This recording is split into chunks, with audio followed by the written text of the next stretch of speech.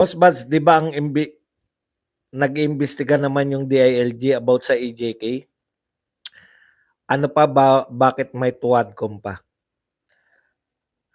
Yan nga po yung question doon ng 2 milyon mahigit na nag-rally, no?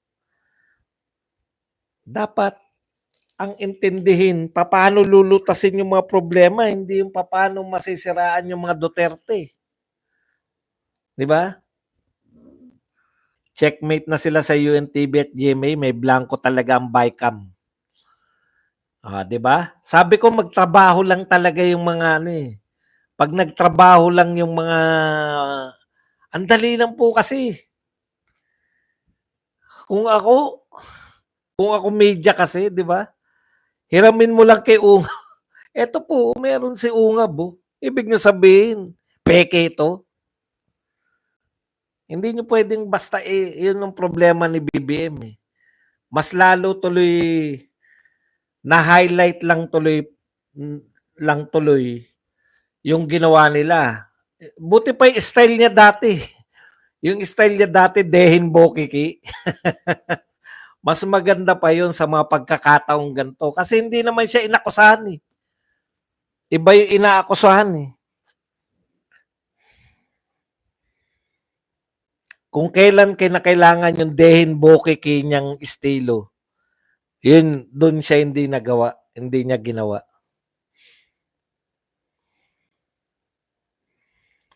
Kaya daw matapang si Grijaldo sa Senado dahil may kakampi. Eh di dapat binugbog nila ko.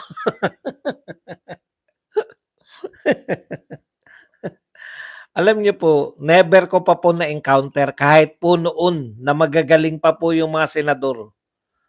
Naalala ko niyan. Wala po silang nagawa pag si Miriam Defensor Santiago na mismo. Okay. Sabi niya, your ano, kasi judge sila eh. Pag sinabi po ng ano testigo na yung ini-invoke mo yung rights to self-incrimination, wala pong magagawa. Maski po si Miriam Defensor Santiago na. Kumpara nyo naman, di ba? Magtapatan po tayo. Ikumpara nyo po si Miriam dito po sa mga Quadcom. Sino po mas magaling? Si Miriam. Pero miski po si Miriam, ginagalang yun kasi rights yan eh. Alam niyo lang ang sinabi ni Miriam? Kung yan lang ang gagawin mo lagi, invoke mo yung rights mo. Nakikita tayo, napapanood tayo ngayon. Di ba, nakikita nila na nagsisinungaling ka. Nakikita ng taong bayan. Kung hindi ka sumasagot, nakikita ng taong bayan, ako na lang pala naniniwala kay Digong. Pasensya ka na, Ronnie. Yung mga kasama mo rito na 1,489,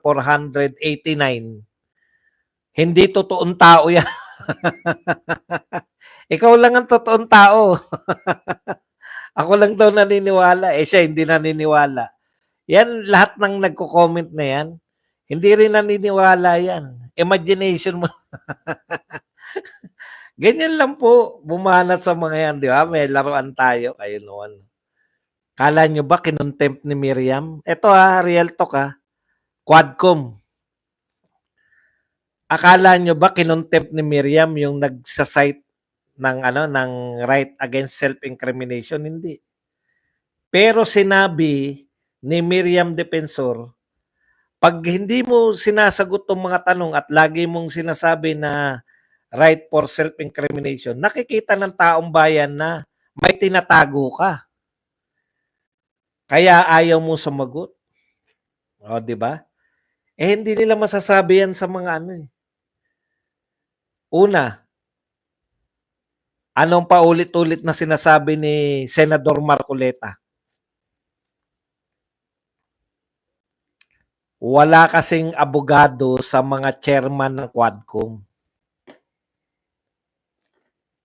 Yung napakagaling na si Miriam, alam niya na igalang yung pag sinabi mong Questionin pa, bakit mo sinasite yan? Nagbasa pa si Paduano. Kahit hindi po kayo nagbasa, meron pong perjury. Pag pinilit nyo po na kontrahin niya, ang gusto nyong gawin, kontrahin niya yung sinabi niya sa Senado, di ba? O di magkakaroon siya ng kasong perjury, hindi sa inyo, kundi sa Senado. Kaya, kinakailangan niya manahimik, baka magkamali siya ng masagot, magkakaso siya sa Senado. Hindi nila alam na pwedeng kasuhan ng Senado.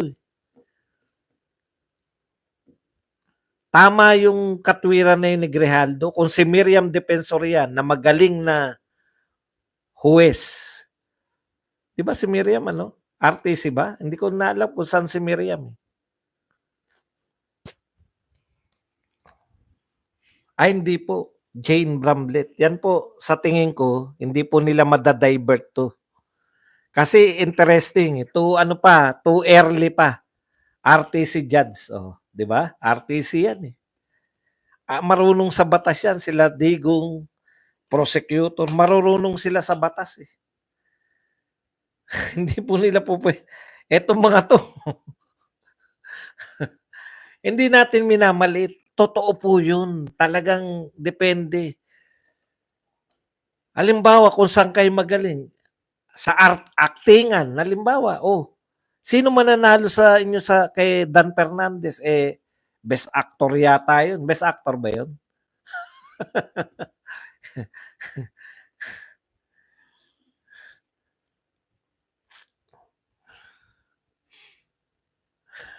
International judge.